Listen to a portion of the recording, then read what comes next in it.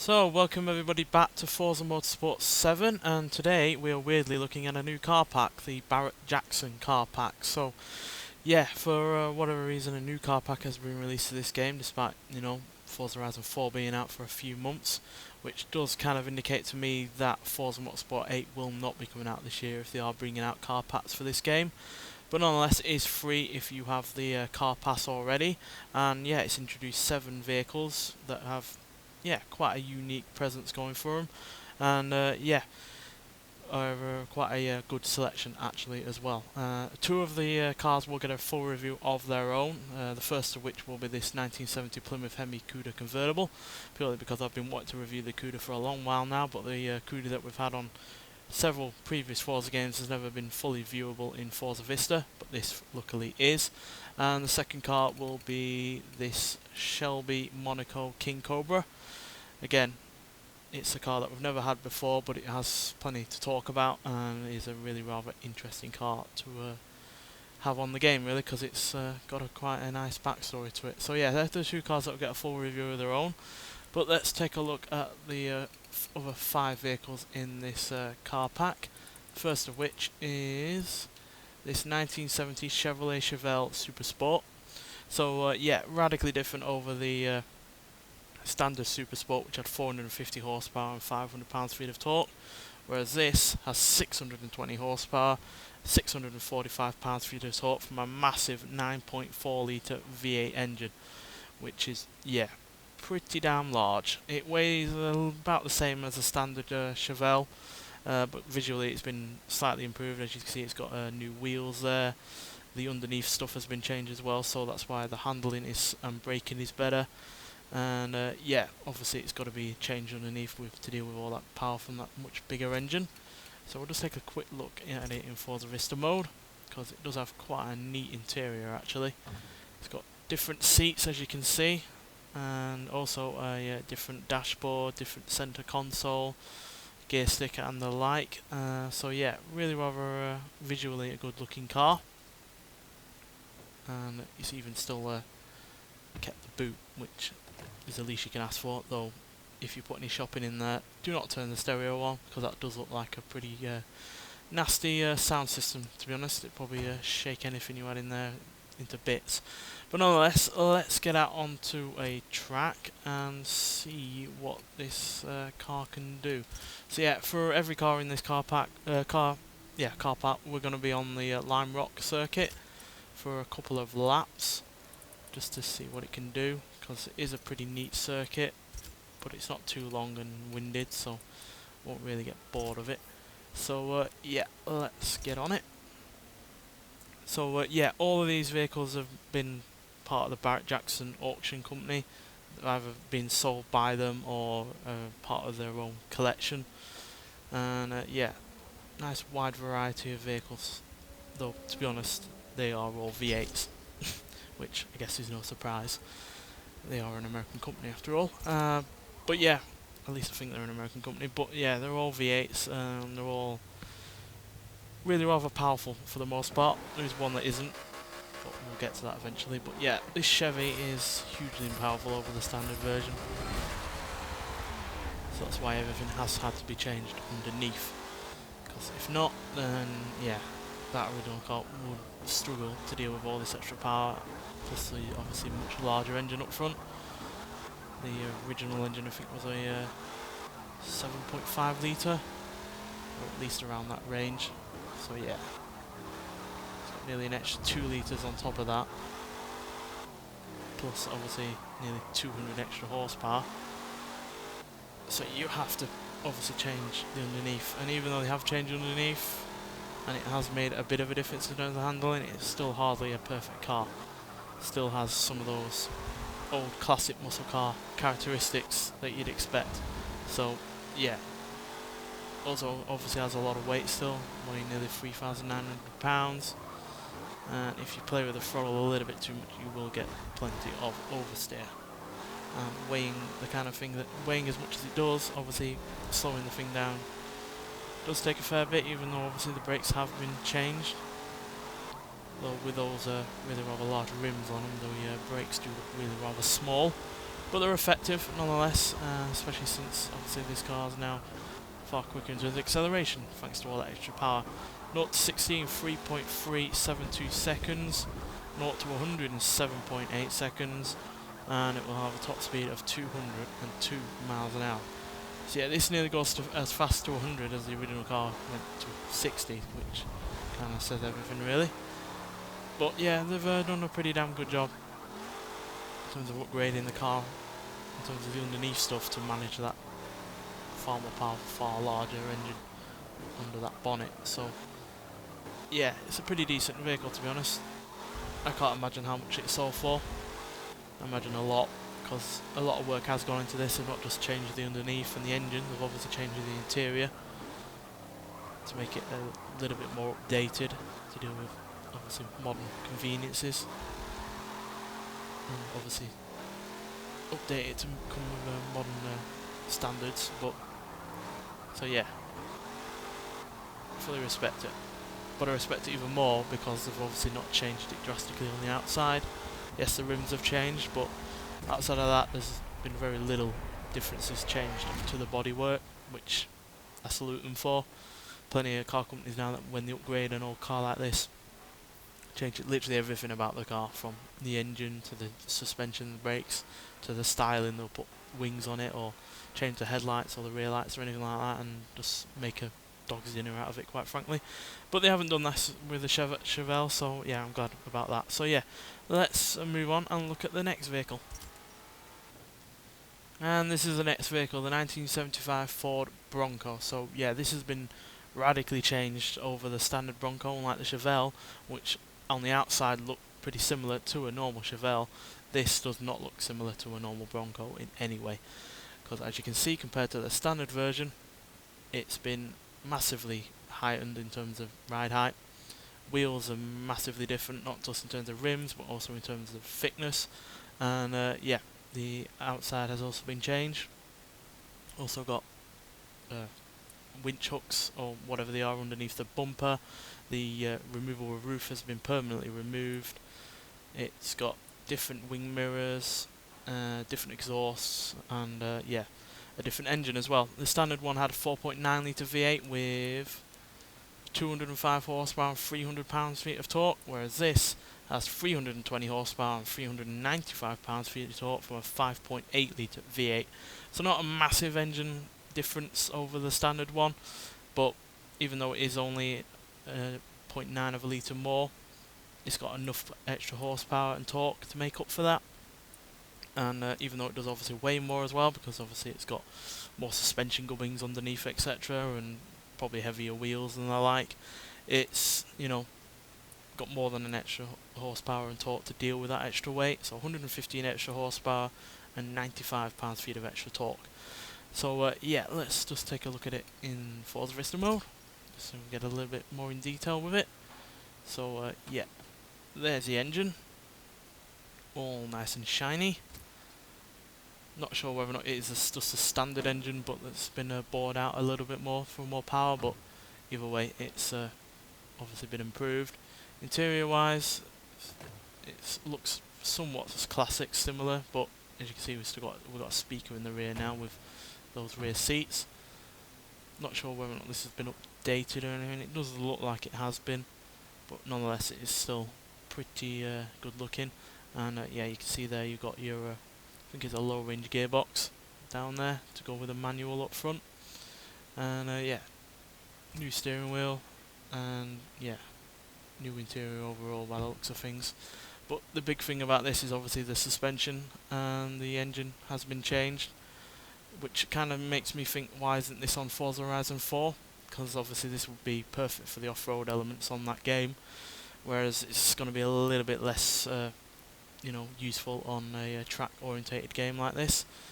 But nonetheless, let's get out onto the track and see what it can do. So yeah, same again, like I said, with the Chevrolet. We're going to be on line rock full circuit alternate for 2 laps, with which again is going to be the same as every vehicle on this car pack review. I think it has a nice mixture of straights and corners to really show off what a vehicle can or can't do. So yeah, The problem with this game is the loading times can be a little bit difficult, but there we go. So yeah, would have preferred this on Forza Horizon 4. Like I said, does look like something that would be really fun to drive off-road, especially in comparison to the standard version. Yeah, still got all-wheel drive like the standard version, obviously, and it's got a pretty good launch. But how this is going to be in terms of handling, I don't know. Yeah, pretty much as I'd expected, to be honest. A little bit numb because of that all-wheel drive, but also, yeah, hardly direct because obviously it is quite a large vehicle still. And obviously that ride height does give it a far worse centre of gravity. But that extra power does obviously make it shift a little bit better.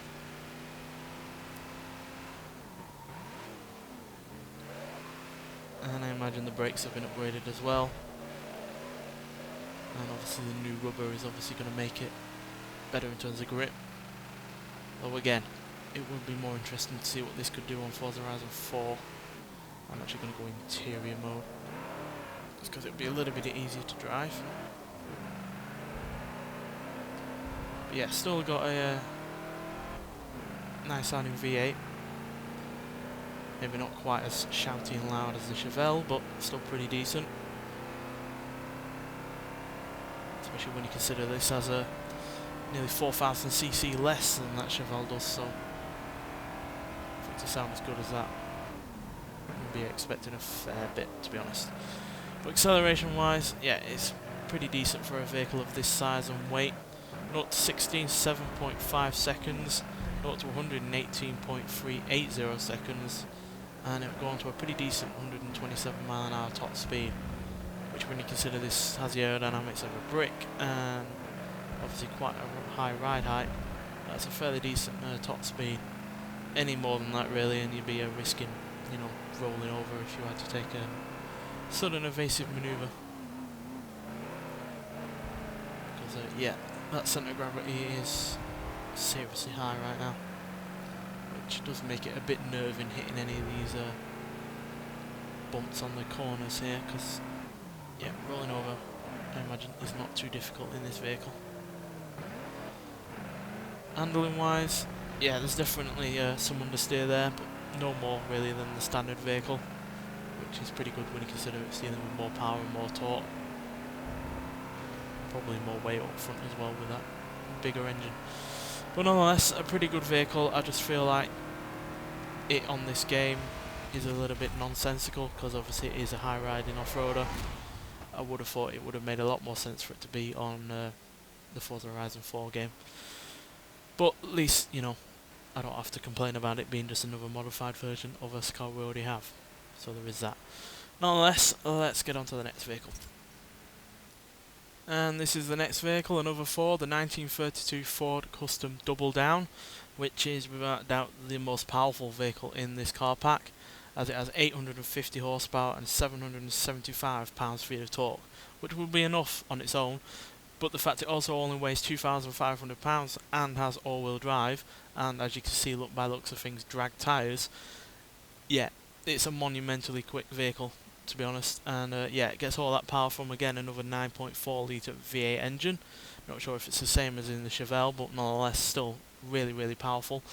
And yeah, let's take a quick look at it in Forza Vista mode. Really isn't all that much to see, to be honest, but we can actually open up the bonnet. So yeah, there's some of that engine there. But yeah, it's a beast really, with all that power and such a lack of weight. I'd be quite scared of driving it, to be honest though, because you can see there's no roll cage or roll bar or anything. Or whether or not you can fit one to it, I don't know. But yeah, considering it's also got that, like I said, all-wheel drive, this would pretty much blow your head off. Just to see how much it will blow our head off though, let's go onto the track. Obviously this isn't going to get to its top speed or anything like that on this circuit, but it should be a good indicator of what this car can do if you did give it a long enough straight. Because yeah, all that power with such a lack of weight and all-wheel drive is going to make a big impression quite frankly. So yeah, let's get going. Hopefully I don't crash, because yeah, first time driving this.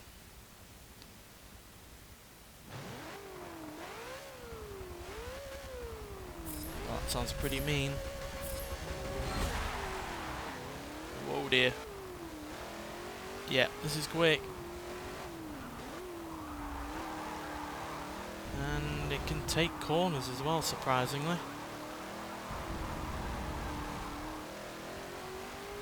Whether or not they are drag tyres or slicks, I don't know. But if they are drags, then they will wear up quite quickly on a circuit like this, because obviously they're meant just for going in a straight line once or twice, not meant for taking around 3 miles worth of circuit.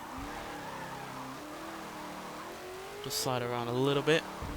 The all-wheel drive is pretty much helping keep it in check, thankfully. Yeah, pretty high revving V8 as well, nearly 7,000 RPM.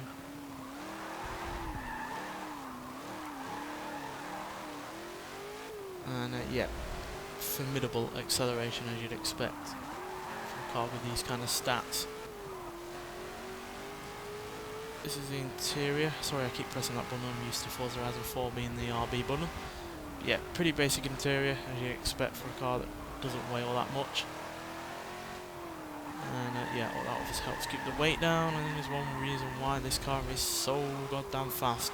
0 to 60 in 2.219 seconds, 0 to 100 in 4.719 seconds, and it goes to a top speed of 226 miles an hour, which is immense. Again, especially considering no roll bar, no roll cage, and probably easily either being able to flip that off or crushed in your head, on your head, if it did roll over, which I imagine wouldn't be hard to do. So yeah, fast, a little bit leery, as you can see, but fun, which a car like this should be, really, to be honest.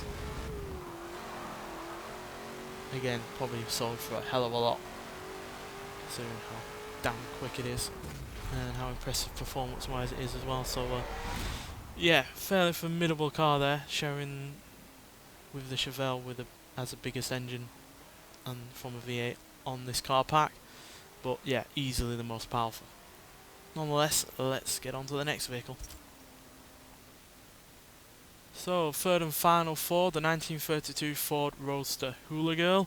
Now, despite this being easily the least powerful of the car pack, it's actually one of my favourites because I really like the look of it, and yeah, it's not overdone in terms of power.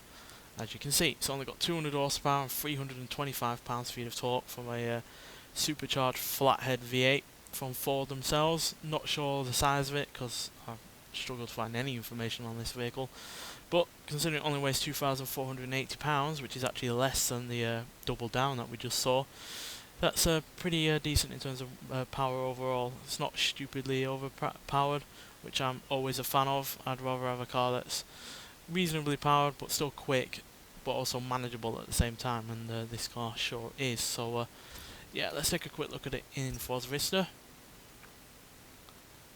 That engine is obviously sticking out, but interior wise it's actually quite modest. Nice cream leather by the looks of things, with a nice brown carpet. You've got this skull gear lever there, but yeah, it's pretty modest inside here. You've only got a few 5 dials there, all the important ones obviously, and then obviously you've got the RPM to the left of the steering wheel, which again is really rather basic wood steering wheel with metal in the middle, and yeah, pretty simple overall, to be honest, but not impractical. It's even got a boot, which again I wasn't expecting from a vehicle like this. But yeah, I do like the look of it. It does remind me of those old 50s hot rods, and yeah, it should hopefully drive like one as well in terms of acceleration and obviously handling. So yeah, let's once again get onto the Lime alternate circuit, see what this car can do. So yeah, 200 horsepower might not seem a lot, but obviously it doesn't weigh all that much. And yeah, this does look like a vehicle that's more about style and presence over sheer performance, which again is something I can get on board with, because yeah, it's not all about what a car can do, it's how it makes you feel and what it really looks like. That comes into play as well, quite frankly. So yeah.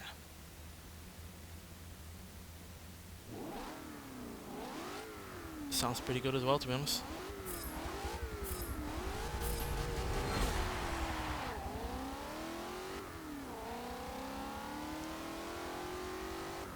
Not a high revving V8, as you can see. Doesn't even get to 5,000 RPM, but again, that does remind me of the old school kind of V8s, especially from the likes of pony cars and muscle cars in the 60s and early 70s.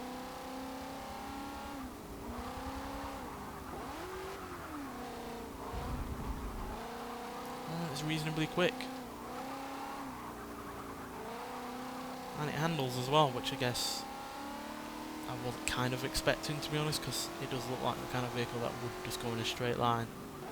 But yeah, it handles, because there's very little in the way of weight, it doesn't roll around, doesn't need all that much braking to stop it due to that lack of weight. V8 does also sound quite nice as well.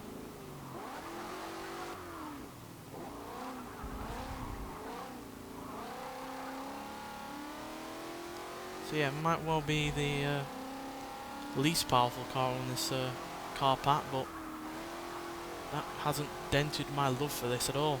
I really do rather like it. Only problem I can see is the fact it's only got a 3-speed gearbox, which does kind of hinder the top speed, as yeah, it can only do 121 mile an hour. Acceleration though is fairly decent, 0 to 16 7 seconds. And 0 to 116.7 seconds. Not the best 0 to 100 time ever, but that acceleration time to 60 is fairly decent. Especially since you wouldn't really want this car going too fast, considering again, like the previous Ford, no rollover protection or anything like that. And yeah, quite frankly, I wouldn't want to go too fast in this anyway, because people won't be able to see it then and appreciate how good it looks in the kind of detailing that has gone into it, because yeah, I'm really rather surprised by how refined this car is, not just in terms of handling or performance, but also in terms of interior and general looks. It's very easy to make a custom car like this look like a custom car, but this actually looks more like a full-blown production car in some respects. Obviously a full-blown production car wouldn't have a completely exposed engine, but outside of that, yeah, fairly impressed by the quality of it overall. And even though I don't much like the fact it's only got a 3-speed gearbox, it does make the most of it, to be honest, especially below 100 mile an hour. It's fairly usable. But nonetheless, let's get on to the final vehicle that we're going to actually look at. And this is the final vehicle that we're looking at, the 1959 Plymouth Atomic Punk Bubbletop. So yeah, like previous cars that we've looked at, it's got an exposed engine, exposed wheels, and yeah, pretty damn unique in terms of how it looks. It pretty much looks like the Jetsons meets Grease, quite frankly.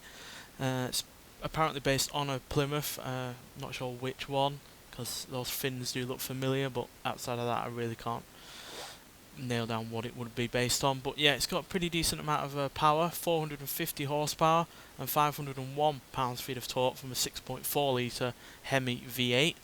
So yeah, plenty of power going on there, and not much in the way of weight either, at 2,700 pounds, which is only a couple of hundred pounds more than the previous two Fords that we've looked at. So yeah, pretty decent in terms of that.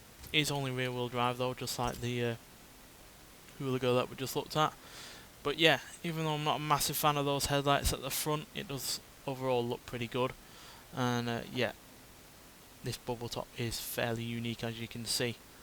Though quite frankly, I wouldn't be much of a fan of driving it, because that engine does look like it gets in the way of a lot of the view of you know, trying to drive. So yeah, it does look like it kind of hinders that. But it is again a pretty unique looking car, and yeah, pretty impressive looking one as well. So yeah, let's get out onto the track for the final time and see what it can do. So yeah, 450 horsepower again, might not be the most powerful vehicle in this car pack, but because it doesn't weigh all that much again, it's going to make the most of that horsepower.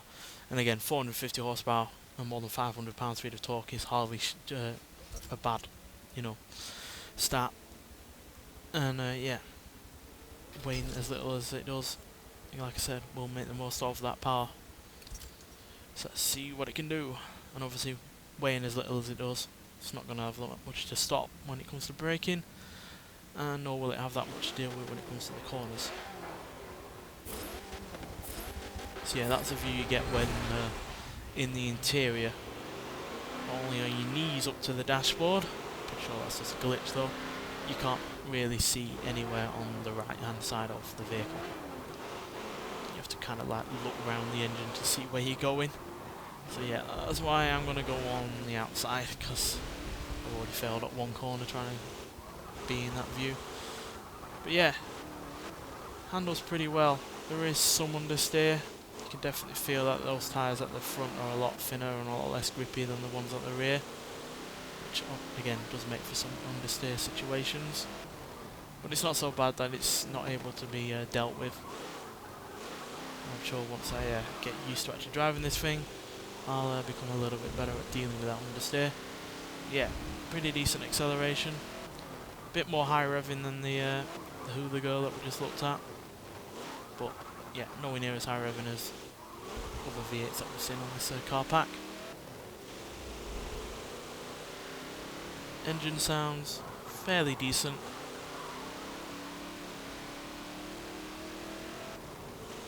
It sounds better the higher the revs go up. Doesn't sound quite as good on the low down revs as the Hula girl did. But because it only weighs a couple £100 more than that Hula girl while having more than twice the power, it's far quicker. Up to 60 in 4.180 seconds, up to 108.9 seconds, and it went to a top speed of 173 miles an hour, which is again fairly good. But like other vehicles, I wouldn't really want to go into that kind of top speed unless I knew for sure where I was doing it was really safe. Because even though it does have that bubble top, I highly doubt that glass is going to be able to take the full weight of this vehicle rolling on top of it. So yeah, that would be pretty scary to have all that glass coming at you while also rolling over. But again, I doubt this car's been ever properly gunned it. Not without, you know, safety marshals or anything like that. So yeah, overall this car pack's been fairly interesting. I wasn't expecting it, because again, this game's been out a while now. Obviously Forza Horizon 4 came out a few months ago, so I wasn't expecting a new car pack. There have obviously been cars introduced into this game here and there. There have been a few that have been added. They've all been racing cars, which is why I haven't really looked at them. And there was actually an Audi released with this car pack that came out. But again, because of racing cars, I've just not been all that interested in trying them out. But this car pack, yeah, it's been pretty damn good, and it is free again, like I said at the beginning, with the car pass if you've already got that. And if you haven't got the car pass, then you've got 7 extra cars to try out. And yeah, 7 extra cars that are really rather good. And yeah, again, like I said at the beginning, the Cuda and the Shelby will get a full review of their own, because I have plenty to talk about with both of them. And yeah, if Forza Motorsport 8 isn't going to come out later this year, then at least if they are going to bring out these kind of car packs, then at least that'll be a substitute. And hopefully it also means that with more time to make Forza Motorsport 8, that they make it even better than they have done with the previous games. Because even though they have made advancements around the weather effects and amount of cars, etc. like that, they've not made great giant leaps in other areas that they really could have. So hopefully that extra development time gives them the chance to do so. And yeah, we hopefully get some car packs out of that extra time. So yeah, win-win, hopefully. Nonetheless, I really do recommend this car pack. And yeah, I'll see you in the next one. Bye.